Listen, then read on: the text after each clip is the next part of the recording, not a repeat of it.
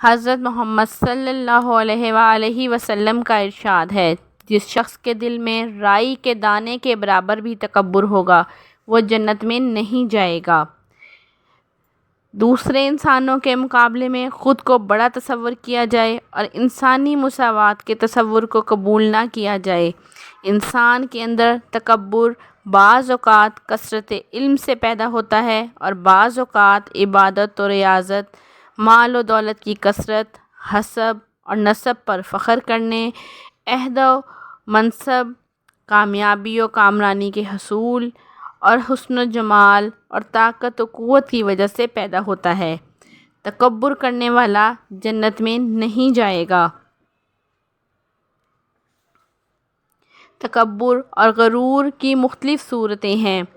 جیسے حق بات کا انکار کرنا، دوسروں کو حقیر جاننا اور زمین پر اکڑ اکڑ کر چلنا،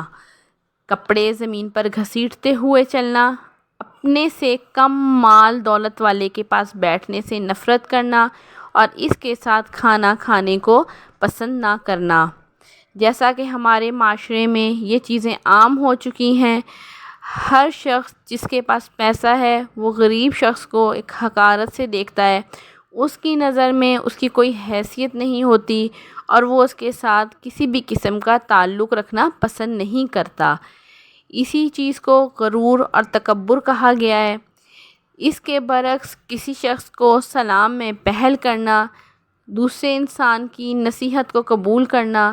چھوٹی چھوٹی باتوں پر غصہ نہ کرنا اور کسی کو حقیر نہ سمجھنا تکبر کا خاتمہ ہے اور انسان کے دل میں عاجزی کے جذبات پیدا کرتا ہے۔ اللہ تعالیٰ نے جب فرشتوں کو حکم دیا کہ آدم کو سجدہ کرو تو ابلیس نے انکار کیا اور اس کے انکار کی وجہ یہی تکبر تھا۔ ارشاد باری تعالیٰ ہے، وَإِذْ قُلْنَا لِلْمَلَائِكَةِ اسْجُدُوا لِآدَمَ فَسَجَدُوا إِلَّا إِبْلِيسَ أَبَىٰ وَاسْتَكْبَرَ وَكَانَ مِنَ الْكَافِرِينَ۔ اور ہم نے جب فرشتوں کو حکم دیا کہ آدم کو سجدہ کرو تو سب نے سجدہ کیا سوائے ابلیس کے،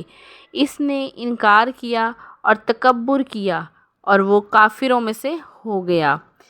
کیونکہ ابلیس آگ سے بنا تھا، اس نے ایک مٹی کے انسان کو سجدہ کرنے سے انکار کیا اور یہ اس کا تکبر تھا، اور جب تکبر میں کوئی مبتلا ہو جاتا ہے تو اپنی جھوٹی انا کے تحفظ کے لیے برے اخلاق کا سہارا لیتا ہے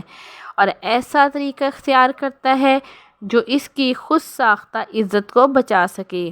اس نحوست کی وجہ سے انسان جھوٹ بولتا ہے، غیبت کرتا ہے، گالی گلوچ اور دیگر اخلاقی برائیوں کا شکار ہو جاتا ہے، جس کی وجہ سے وہ انسانی معاشرے میں امن کی زندگی نہیں گزار سکتا۔ ایسے شخص کو اطمینان قلب جیسی عظیم کیفیت سے محروم رہنا پڑتا ہے،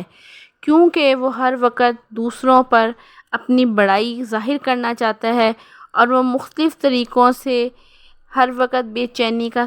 شکار رہتا ہے اور اس کا انجام دنیا اور آخرت میں ذلیل ہونا ہوتا ہے۔ متکبر آدمی اپنے قریب بیٹھنے والوں سے نفرت کرتا ہے، مریضوں اور بیماروں سے بھاگتا ہے، گھر کے کام کاج میں حصہ نہیں لیتا، اور اس بیماری سے محفوظ رہنے کا بہترین طریقہ یہ ہے کہ ہم اللہ تعالیٰ کی معرفت حاصل کرتے ہوئے اور اپنے انبیاء کرام علیہ السلام کی تعلیمات پر عمل کریں اور غرور اور تکبر سے باز رہیں، اپنے اندر عاجزی اور انکساری پیدا کریں